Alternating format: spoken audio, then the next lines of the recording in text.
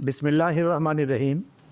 میرے پیارے ناظرین اور سامعین، میں ہوں آپ کا بھائی حافظ وسیم محمد خان، اور یہ ہے آپ کا جانا پہچانا یوٹیوب چینل حافظ وسی ٹی وی۔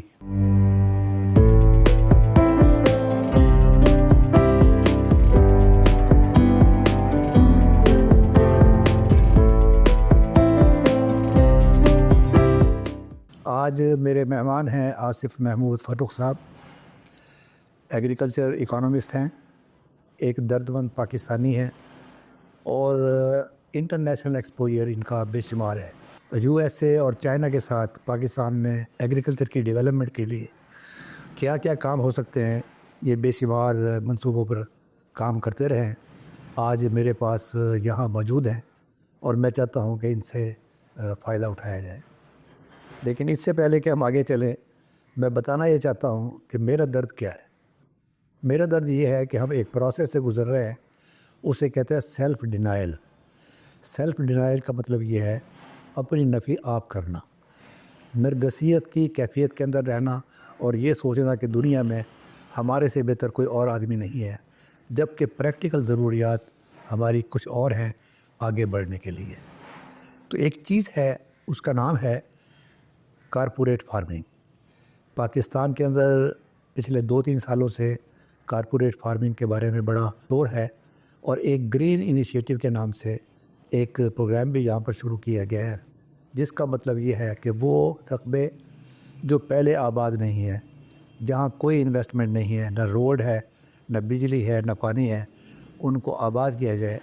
تو اس کے خلاف ہمارے کئی دوست جو ہیں وہ اس بات کا پروپیگنڈا کرتے ہیں کہ اس کی ضرورت نہیں ہے، اور اس کے نتیجے کے اندر سمال سکیل فارمر جو ہیں وہ یہاں سے ملیا میٹ ہو جائیں گے اور غائب ہو جائیں گے۔ ناظرین، یہ ہمیشہ ضروری ہے کہ آپ پڑھے لکھے لوگوں کے ساتھ، اور خاص طور پر جن کا انٹرنیشنل ایکسپوجر ہے، جنہوں نے دیکھا ہے کہ دنیا میں کام کیسے ہو رہا ہے، آپ ان سے ہمیشہ مشاورت کریں۔ آج کا پروگرام اسی مشاورت کا ایک حصہ ہے۔ میں ویلکم کرتا ہوں جناب آصف صاحب کو کہ آپ تشریف لائے۔ اور سر، میں جب یونیورسٹی میں نے داخلہ لیا تو پہلی کلاس کے اندر پوچھا گیا کہ اپنا تعارف کروائیں، تو میں بھی کھڑا ہوا اور میں نے اپنا تعارف کروایا۔ اس میں بتانا یہ تھا کہ آپ کے ابا جی بھی کیا کام کرتے، تو میں نے بتایا کہ جی میرے والد صاحب فارمر ہیں۔ تو پروفیسر نے کہا کہ نہیں، فارمر نہیں، ایگریکلچرسٹ آپ بھی۔ تو میں نے پوچھا سر فارمر میں کیا خرابی ہے؟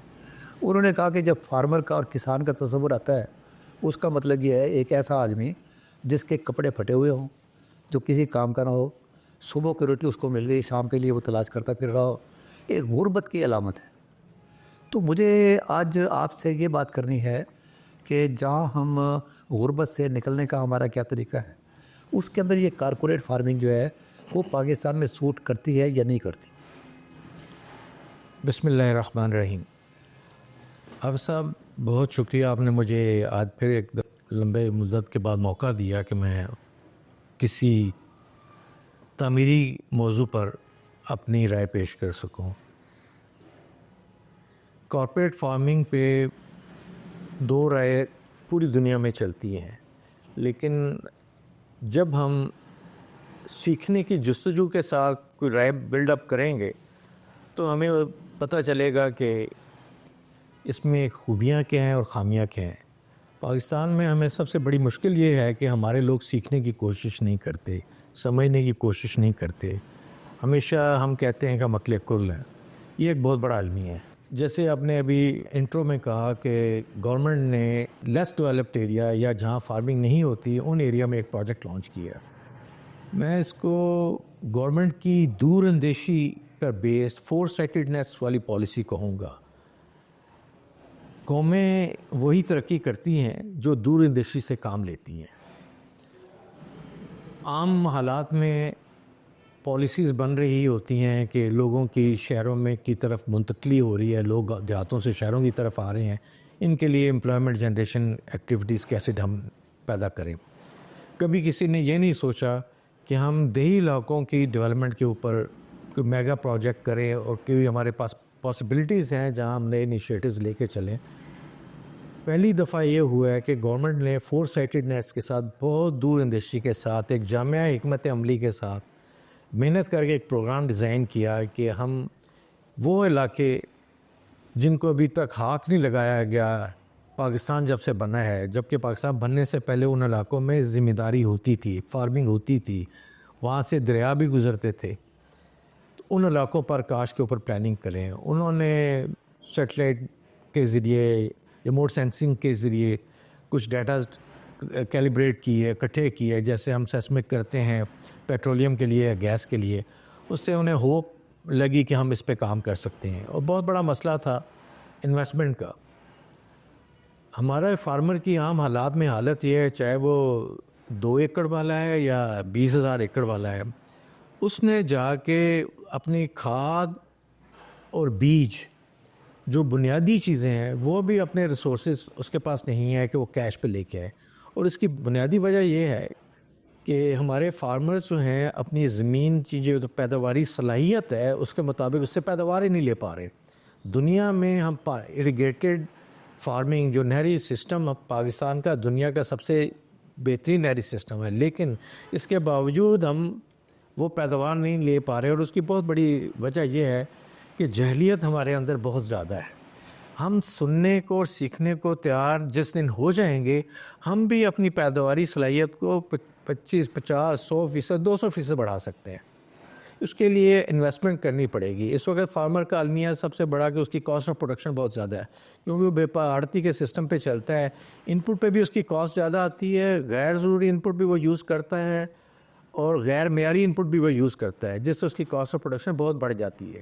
اسی طرح جب وہ اپنا جنس بیچنے جاتا ہے یا فصل بیچنے جاتا ہے تو وہ پھر دوبارہ آڑتی کے اسی نظام میں جاتا ہے جہاں کہ اس کو وزن میں بھی کٹوتی لگتی ہے اور قیمت بھی کم اس کو ملتی ہے۔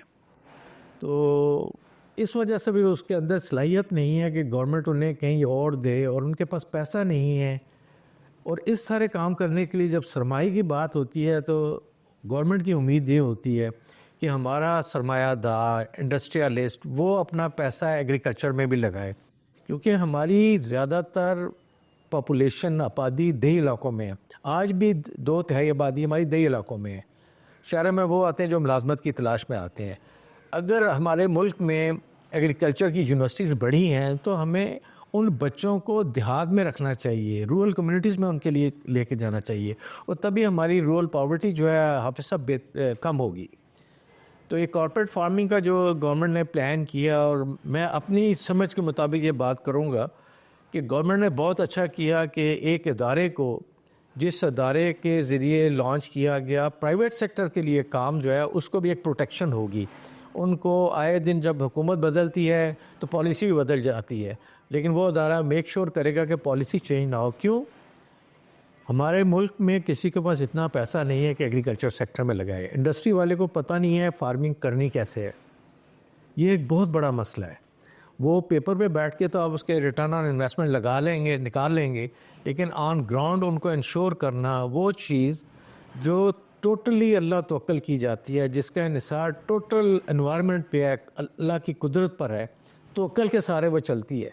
اب ان کو نہیں معلوم، وہ پیپر پہ کہتے اتنی پیداوار آ جائے گی، کیسے آ جائے گی، اس کو مینیج کیسے کیا جائے گا، مین پاور کہاں سے آئے گی، ٹیکنالوجی کہاں سے آئے گی۔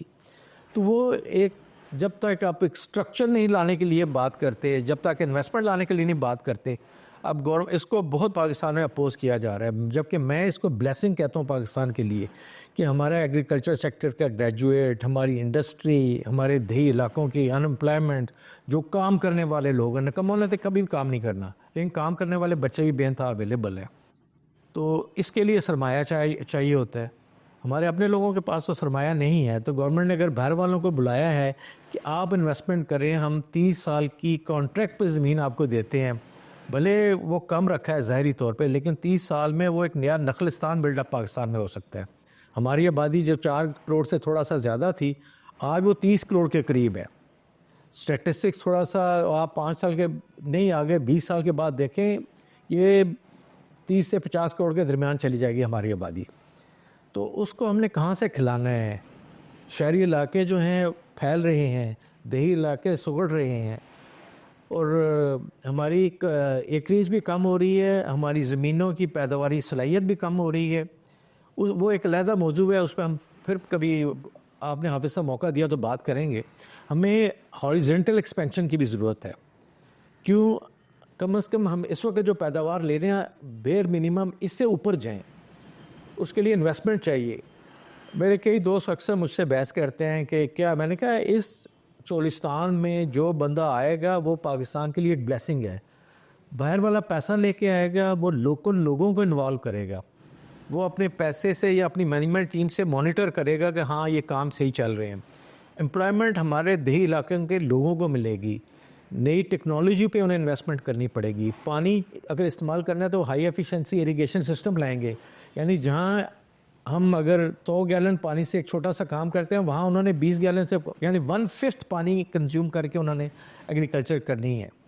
تو اس کے لیے انہیں ہائی ایفیشنسی اریگیشن سسٹم لگانے ہوں گے, انہیں کراپ مانیٹرنگ سسٹم لگانے ہوں گے, انہیں پودوں کی صحت, بیماری کو, دنیا پیسٹیسائڈ چھوڑ رہی ہے, نیوٹریشنل وے میں انہیں بیماری کی طرف بھی کنٹرول کرنے کے لیے بھی جانا ہوگا. انہیں پر یونٹ پروڈکشن بھی جو ہماری نارم اس وقت ایوریج چل رہی ہے اس سے ڈبل لینی ہوگی, تبھی وہ جتنی انویسٹمنٹ یہاں کریں گے وہاں سے نکال سکیں گے, اور وہ پھر لوکل مارکیٹ کے لیے بھی پروڈیوس پیدا کر سکیں گے اور بیرونی مارکیٹس کے لیے بھی. آن ایوریج 3 لاکھ سے 5 لاکھ روپیہ پر ایکڑ کے حساب سے انویسٹمنٹ ہوگی, تب یہ فارمنگ سٹارٹ کر سکتے ہیں. فارن انویسٹمنٹ اس لیے گورنمنٹ باہر کے ملکوں میں بھی جا رہی ہے, ان لوگوں کو کنونس کر رہی ہے. اگر 2 بندے ان کے ہوں گے نا تو 200 بندہ ہمارا پاکستانی کام کر رہا ہوگا. اس اینگل سے بھی دیکھنے کی اس کو ضرورت ہے. جزاک اللہ, آپ نے بڑے اچھے طریقے سے بات کی ہے. مجھے آپ یہ بتائیے گا کہ یہ جو خوف لوگوں کا ہے کہ یہ زمین بھی اٹھا کے لے کے چلے جائیں گے یہ باہر والے جو ہیں, اور جہاں کا جو چھوٹا ذمہ دار ہے وہ اس کا کوئی پرسان حال نہیں ہوگا, تو اس کے بارے میں آپ کا کیا خیال ہے؟ لا علمی جو ہے بہت بڑی بیماری ہے. ہمارے لوگوں کو علم نہیں ہے اس چیز کا. وہ زمین بھی یہیں رہنی ہے, گورنمنٹ کانٹریکٹ پہ وہ دے رہی ہے. جب یہ علاقے بلڈ اپ ہو جائیں گے, ہمارے جو چھوٹے ذمہ دار ہیں یہ بہت ساری چیزیں ان سے سیکھ سکیں گے کہ نئی ٹیکنالوجی ہے. اگر کوئی ٹیکنالوجی بڑے پیمانے پر وہاں استعمال ہوتی ہے تو چھوٹے ذمہ داروں کو بھی نئی ٹیکنالوجی سے آگے آ جائے گی. جیسے اس سال انہوں نے سپر سیڈر جو لانچ کیا ہے, وہ ہمارے دوست ہیں سلطان بھٹی صاحب جنہوں نے اس پہ بہت محنت کی ہے. آپ سپر سیڈر سے لگائی ہوئی گندم دیکھیں جو اسی سال لگی ہے پنجاب میں رائس زون میں, اور جو چھٹے سے لگاتے ہیں اس گندم کو دیکھیں. اور میں بہت پر امید ہوں کہ جب گندم کی پیداوار آئے گی سپر سیڈر کی زیادہ آئے گی. کیوں؟ اس میں پودوں کی تعداد بہتر ہوگی, پودوں کی پیداواری صلاحیت بہتر ہوگی. تو اس طرح کی ٹیکنالوجیز پیسے سے آتی ہیں, گورنمنٹ نے سبسیڈائز کر کے تو لوگوں کو اس کی طرف لے کے آئے ہیں. بیسیکلی انوائرمنٹ کو وہ انہوں نے بہتر کرنے کے اینگل سے سوچا تھا, وہ بھی ایک اینگل ہے, لیکن اوورآل پروڈکٹیوٹی کی بہتری بھی ایک بہت بڑا اینگل ہے. جو ہمارے لوگوں میں عام فیئر ہے کہ چھوٹا ذمہ دار اس سے مارا جائے گا, چھوٹا ذمہ دار اس سے نہیں مارا جائے گا. چھوٹے ذمہ دار کو بہت موقع ہیں اس کو کام کرنے کے ملیں گے. وہ جو بڑے فارمر ہیں وہ کارپوریٹ سے ڈیل کریں گے. مثلاً وہ ایسی فصلیں بھی لگا سکتے ہیں جو ہم امپورٹ کر رہے ہیں. سویابین ہم امپورٹ کرتے ہیں, ریپ سیڈ ہم امپورٹ کرتے ہیں, اچھی ریشے کی کاٹن ہم امپورٹ کرتے ہیں. وہ اپنا پورا اس سسٹم کی ہینڈلنگ سسٹم پورا لگائیں گے, اس کی پروسیسنگ لگائیں گے, وہ ملک میں گریڈ اینڈ سٹینڈرڈ لے کے آئیں گے. وہ ہماری پیداوار جو ہے اس کو انٹرنیشنل سٹینڈرڈس کے مطابق لے جا کے انٹرنیشنل مارکیٹ میں بھی جو سرپلس ہوگی بیچیں گے, اور اس ملک کی فوڈ سیکورٹی کو بھی وہ انشور کریں گے. لہٰذا یہ خدشہ ٹھیک نہیں ہے کہ اس سے ہمارے چھوٹا فارمر مارا جائے گا. چھوٹے فارمر کو تو ویسے جو چھوٹا فارمر ہے اس کی پروڈکٹیوٹی بڑے فارمر سے بہتر ہے. ابھی بھی چھوٹے فارمر کی پیداوار جو لے رہا ہے اس کو ہم 100% تک بہتر کر سکتے ہیں. اس کے لیے علم کا حاصل کرنا ضروری ہے, اور علم سے آشنا لوگوں کی باتوں کو سننا بہت ضروری ہے. ملک صاحب تھینک یو ویری مچ. مجھے عام طور پر جب میں اس بات پر کارپوریٹ سیکٹر کے بارے میں بات کرتا ہوں تو زیادہ لوگ یہ سجیسٹ کرتے ہیں کہ گورنمنٹ بے روزگار نوجوان اور ایسے لوگ جن کے پاس زمین نہیں ہے یہ سارا چولستان اور تھل جو ہے ان میں تقسیم کر دے. اگر یہ ان میں تقسیم ہو جائے تو پھر آپ کیا سوچتے ہیں کہ اس کی پروڈکٹیوٹی یہ آباد ہو سکے گا یا نہیں ہو سکے گا؟ یہ ہم ایک نیا جسے کہتے ہیں اس ملک کے لیے ڈیزاسٹر والی بات ہے.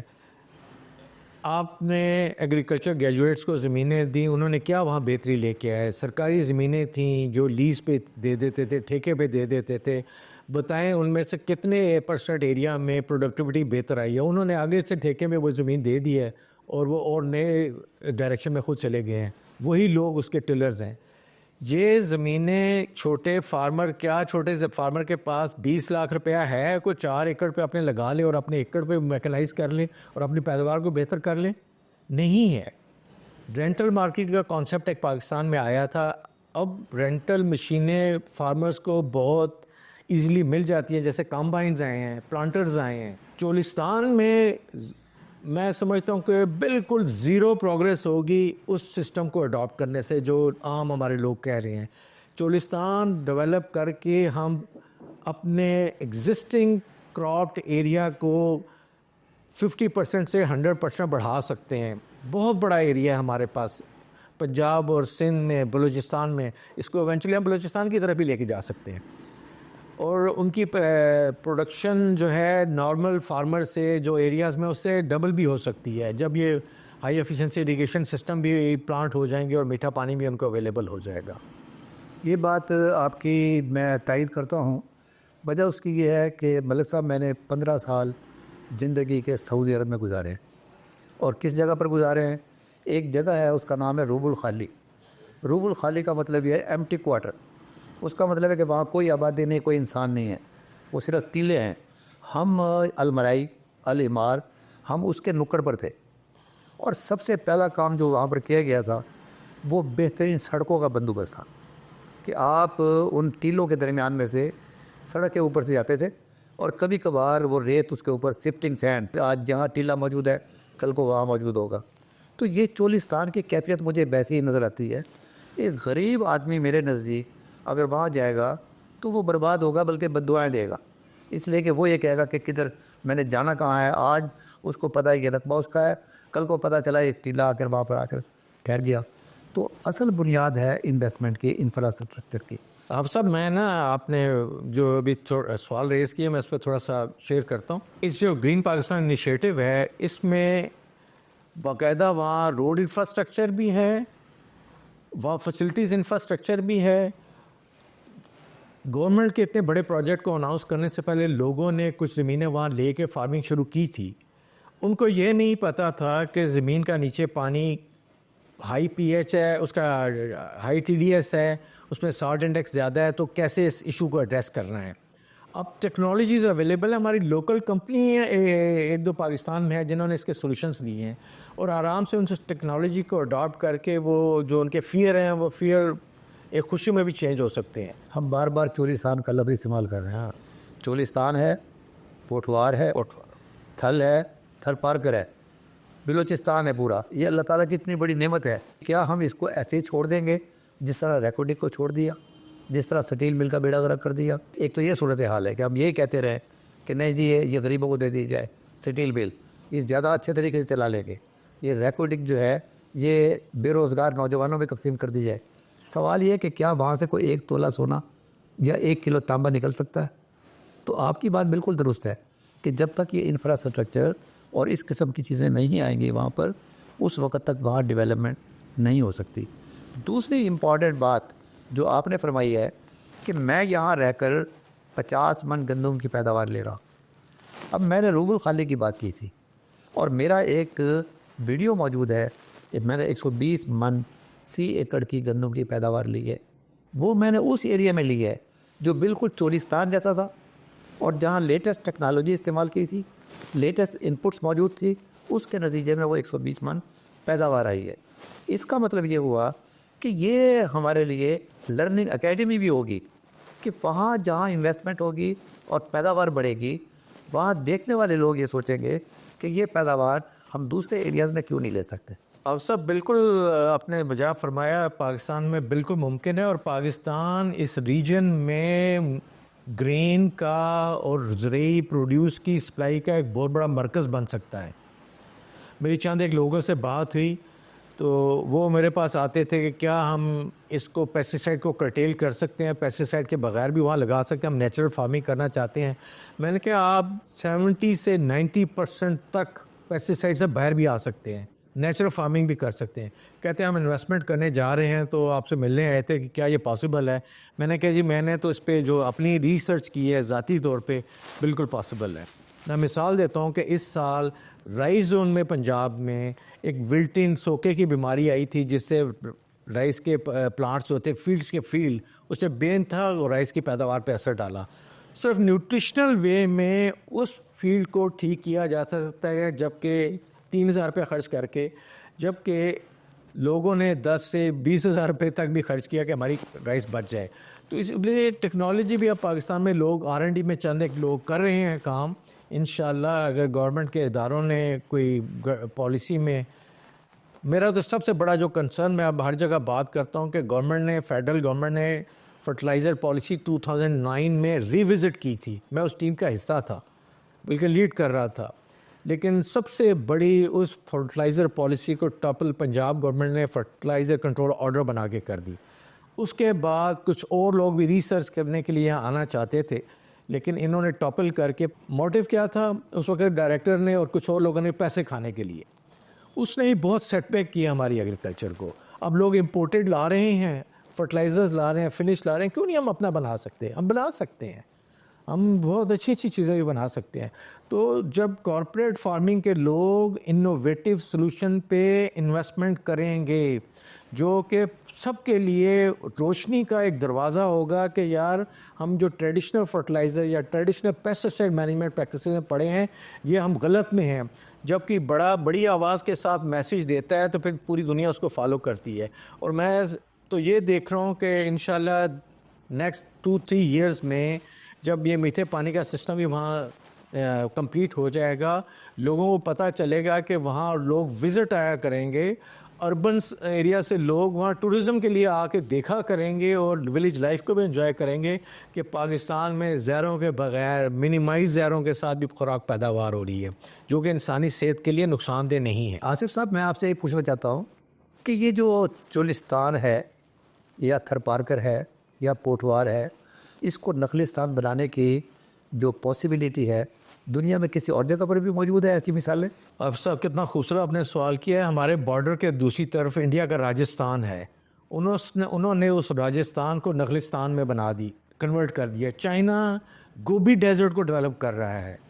افریقہ روانڈا جیسے ملک نے اپنے ڈیزرٹس کو, اپنی ڈیفارسٹیشن سے تباہ ہونے والی ایگریکلچر کو ریوائیو کیا ہے.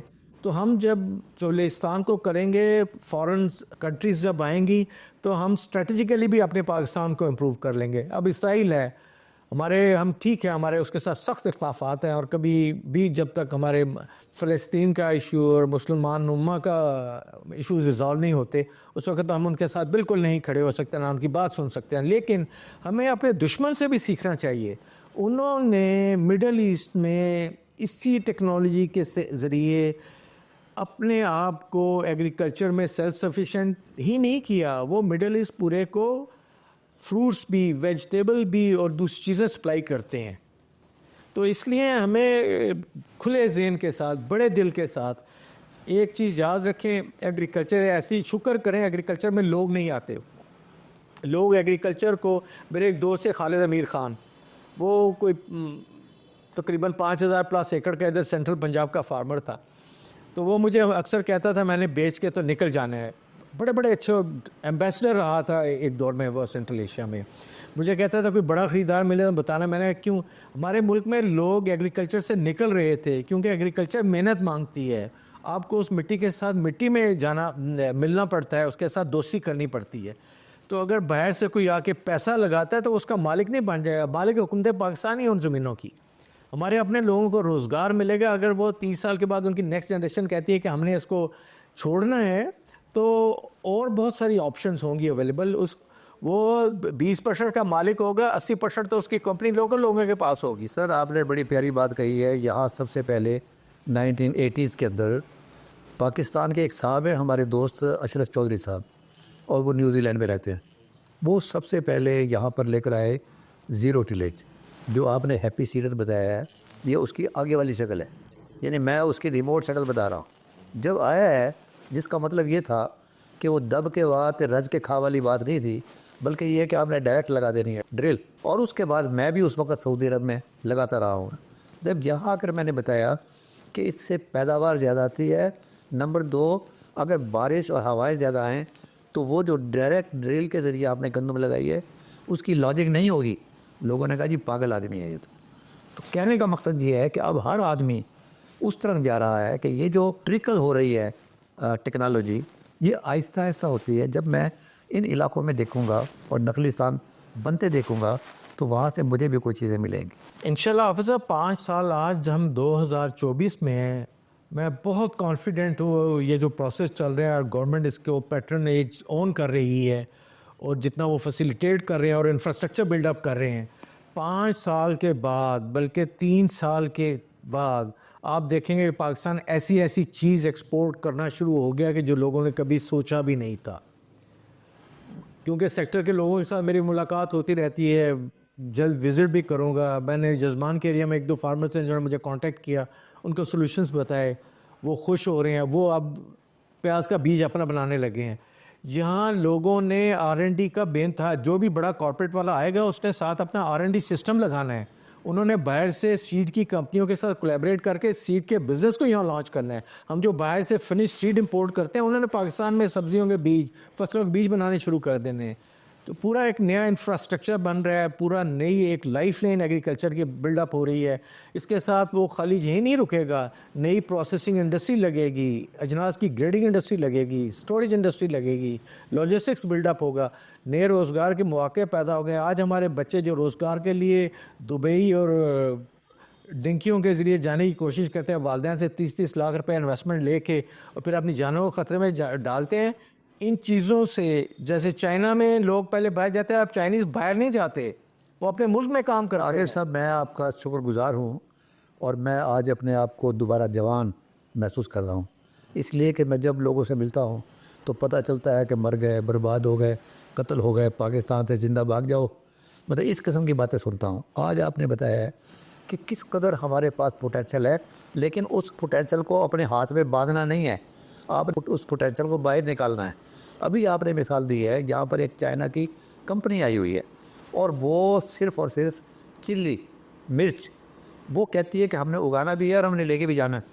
اور اب ہم یہ جانتے ہیں اس بات کو کہ سب سے بہتر چلی جو ہے وہ کنری کے علاقے میں سندھ بہتر پار کر کے اینڈ پر وہ پیدا ہوتی ہے. اس کا مطلب یہ ہے کہ اگر کمرشل فارمر وہاں پر جاتا ہے، چولستان میں جاتا ہے، تھر پارکر میں جاتا ہے، تو یوں امیجن کہ یہ کتنا سکوپ ہے ہمارے لیے. تو ہمیں اس کی طرف توجہ دینی چاہیے. میں سر آپ کو ایک مرتبہ پھر تکلیف دوں گا اور وہ دیکھنا ہے. آج ہم نے بڑے فارمر کی بات کی ہے اور آپ نے فرمایا ہے کہ بڑے فارمر نئی ٹیکنالوجی کے ساتھ پیداوار بھی زیادہ لے گا. سوال یہ ہے کہ جو چھوٹا فارمر ہے جو 80% 85% ہے، اس کی پیداوار ہم کیسے بڑھا سکتے ہیں. یہ میں گزارش کروں گا اگلے کسی پروگرام کے تحت. تو مجھے آپ نے ضرور یہ ٹائم دیں انشاءاللہ. Thank you very much. شکریہ. جزاک اللہ. سامعین، آج آپ نے سنا ہے اور یہ اگر ہم سیلف ڈینائل موڈ میں رہتے ہیں، یہ کہ ہم نے کچھ نہ کرنا ہے اور نہ کرنے دینا ہے، اگر اس مائنڈ سیٹ کو ہم تبدیل کرتے ہیں تو انشاءاللہ تعالیٰ پاکستان جنت ہی جنت ہے. انشاءاللہ تعالیٰ اگلے پروگرام میں ہم دوبارہ ملتے ہیں اور آصف فاروق صاحب سے میں گزارش کروں گا کہ وہ چھوٹے فارمرز کو ہی پیداوار بڑھانے کے لیے اور ان کی حالت کو بہتر بنانے کے لیے کیا فارمولہ تجویز کرتے ہیں. اس وقت تک کے لیے ہمیں آپ اجازت دیں. وما علینا الا البلاغ المبین.